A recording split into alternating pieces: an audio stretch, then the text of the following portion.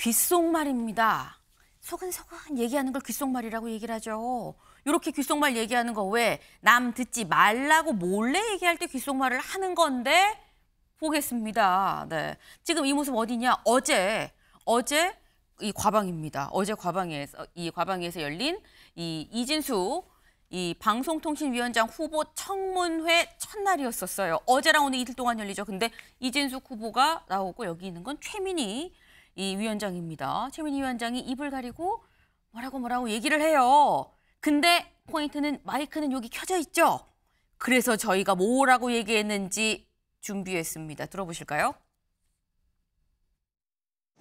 저기요, 이진숙 내정자 인사하시죠.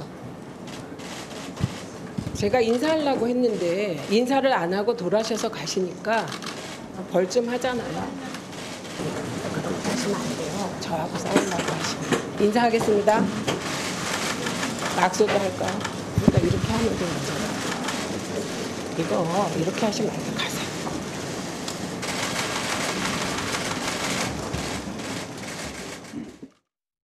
네, 어제 이진숙 방통위원장 후보 청문회 시작할 때의 모습입니다.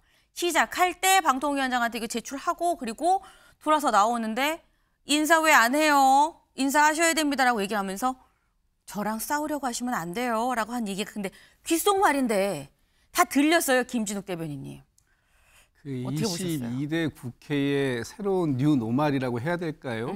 아니 뭐 그 의원님들이 본회의장에 나와서 발언하실 때 의장에게 인사하는 게 기본 예법입니다. 그런데 안 하시잖아요. 그러니까 지금 인사청문회에 나온 후보자가 저기 선서하고 그 위원장한테 선서문 제출하고 인사하고 돌아가는 건 그건 예법입니다. 그럼 누가 시켜서 하는 거 아니에요. 근데 안 하고 그냥 갔잖아요.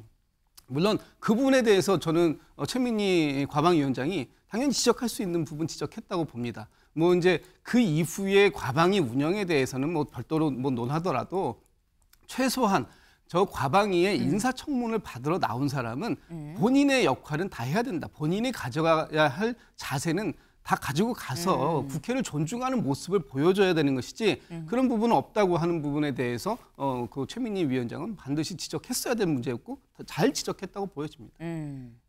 지금 지적할 만한 부분을 지적한 거다라고 말씀을 하셨어요. 그리고 실제로 이진숙 후보자도 인사하겠습니다라고 하니까 같이 인사하고 그리고 들어갔죠. 이 상황을 보면 이진숙 후보자도 그냥 수긍을 하고 간 걸로 보입니다. 뭐 대꾸하고 서서 싸워서 뭐 제가 그러면은 뭐 지금 싸우잔 말이에요라고 얘기한 건 아니에요. 자리에 갔어요. 근데 다음 기사를 좀 보겠습니다. 5.18 폄훼글에 좋아요 누른 이진숙 손가락 운동 신경 쓰겠다. 이건 또 무슨 상황인 건지 직접 영상으로 보고 오시죠.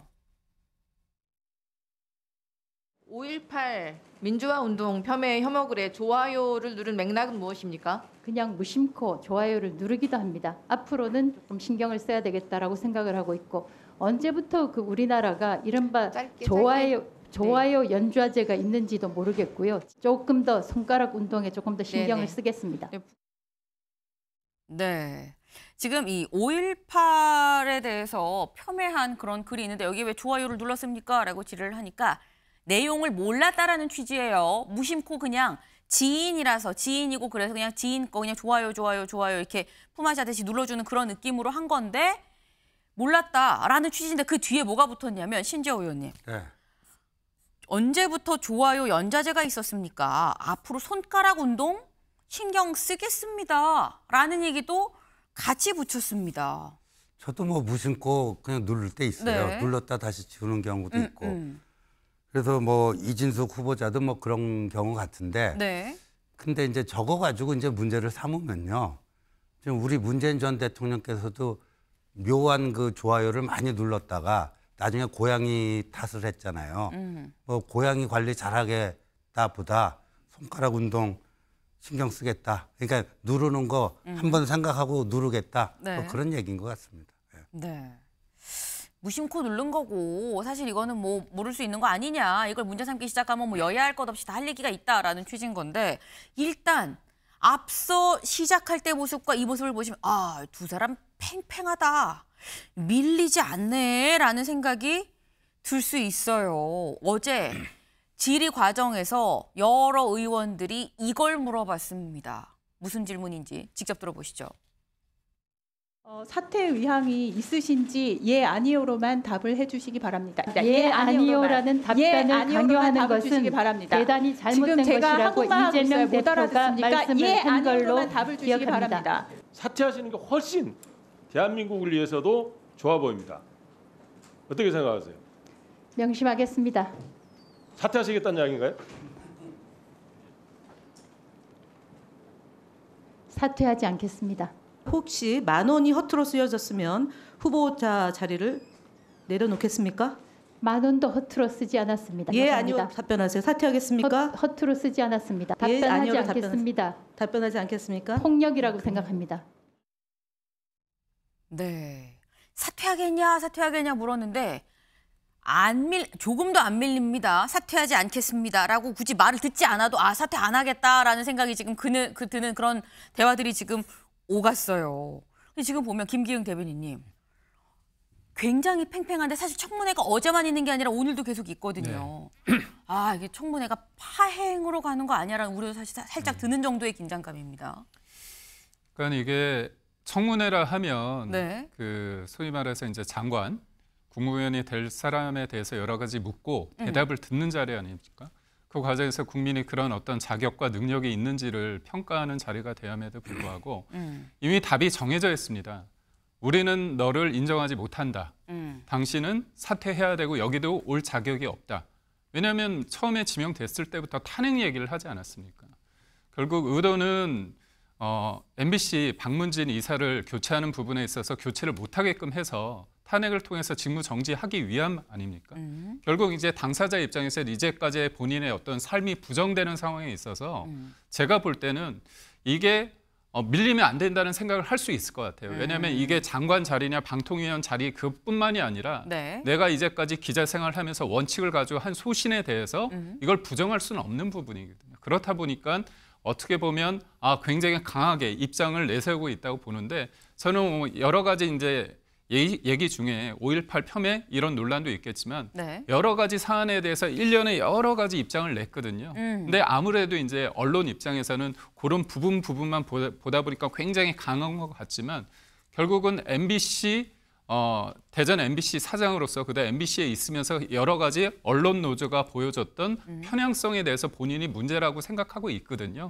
그런 부분에 대해서 언론도 좀 더 포커스를 좀 맞췄으면 좋겠는데 이런 부분에 대해서 어떤 논란만 있다 보니까 굉장히 강한 이미지만 좀 부각되는 것 같아서 좀 아쉽기는 합니다. 사실 어제 아마 청문회를 보신 분들은 시작부터 끝까지 이렇게 팽팽하게 계속 싸우나라는 생각을 많이 하셨을 것 같아요. 그만큼 굉장히 가는 말도 오는 말도 날이 서 있는 그런 청문회였습니다. 네. 지금 말씀 중에 살짝 나왔죠. 다음 기사 볼까요? 청문회 열자마자 탄핵 예고. 결국 MBC 사수전. 일단 어제 나온 얘기가 제3의 이동관이 될 거예요 라는 얘기까지가 나왔어요. 김준욱 대변인님. 그러니까 지금 이 얘기는 이동관, 김홍일에 이어서 임기 몇 달 되지 않는 그런 이 방통위원장이 될 거 아니냐라는 얘기인 건데 민주당에서는 바로 만약에 임명이 된다고 해도 임명 제거가 되면 탄핵안을 즉각적으로 올린다라는 입장인 겁니까? 그러니까 어제 그 청문회, 네. 그 인사청문회가 방금 김기흥 부대변인께서 말씀 주셨던 것처럼 입장을 묻고 답하는 자리 맞습니다. 그런데 입장을 물었는데 답을 하지 않아요. 예를 들면 5.18에 대한 입장 물어봤고 네. 12.12에 대한 입장을 물어봤더니 개별 사안에 대해서 답하지 않겠다고 했습니다. 그리고 법카 문제, 왜 휴일에 골프장 가시고 집 근처에서 사용했느냐, 부정 사용한 거 아니냐 했더니 그냥 업무 관련성만 있다고만 얘기를 해요. 그리고 평상시에 여러 가지 말씀을 많이 하신 거에 대해서 물어보니까 자연인으로 있을 때 했던 얘기다. 공직에 가면 바뀔 거다. 근데 우리가 하나를 보면 열을 알 수 있는 거 아닙니까? 어떤 사람의 인식이라는 것이 그 사람이 살아온 궤적 속에서 나오는 것이고 그것이 앞으로의 미래의 그 사람의 모습을 예측할 수 있는 거기 때문에 우리가 과거에 이 사람이 어떤 발언을 했는가 보는 거 아닙니까? 네. 그런데 갑자기 내가 공직자가 되면 이제 그런 얘기 안 할 거예요. 엄정하게 중립만 지킬 거예요. 라고 얘기하니까 우리가 그걸 믿을 수 없다라는 얘기를 말씀을 드리는 거고요. 지금 이진숙 후보가 굉장히 문제가 많다라는 거를 청문회 저 자리에 계시는 여야 의원들이 인식을 하고 있어요. 공감을 하지만 그럼에도 불구하고 이진숙 후보를 방통위원장으로 보내겠다라는 건 결국 딱 하나, 공영방송을 장악하겠다라는 목표의식이 하나가 있기 때문에 그렇다면 그 목표를 위해서 가는 후보자라면 우리가 그 후보자가 되는 것을 막을 수는 없지만 그 후보자가 그걸 하는 행위에 대해서는 반드시 책임을 묻겠다. 그것을 탄핵이라는 제도로 묻겠다라고 얘기하는 겁니다. 네. 그럼 민주당이 지금 탄핵안을 바로 제출하면 신지호 의원님. 네. 그러면은 이진숙 후보는 또 사실 몇 달 동안 단명하게 되는 걸 수 있거든요. 그럴 수 있겠죠. 이제 뭐 오늘까지 청문회 끝나고 네. 인사청문 보고서 채택 안 하겠죠. 당연히 안 할 텐데 야당이. 그러면 이제 대통령이 일정 시한 지난 다음에 임명을 하게 되면은 그때부터 임기가 개시가 되는데 네. 그러면 이제 야당은 또 탄핵 소추안을 발의를 하겠죠. 답정너입니다. 답정너예요. 그러니까 이거는 지금과 같은 상황 속에서는 개선책이 나오기 참 힘들어 보입니다. 네. 사실 지금 이렇게 되면 아까 뭐 제3의 이동관 얘기도 나왔습니다만 청문회를 1년에 몇 번을 열게 되는 것인가. 이 과정에서 오가는 날선 말들 속에서 또 서로가 입는 상처들도 상당할 텐데 이 상처들이 쌓이고 쌓여서 계속 반복이 되는 청문회 속에서 얼마나 더 골마 들어가겠느냐라는 안타까운 생각도 좀 같이 듭니다. 저희가 준비한 소식 오늘 여기까지입니다.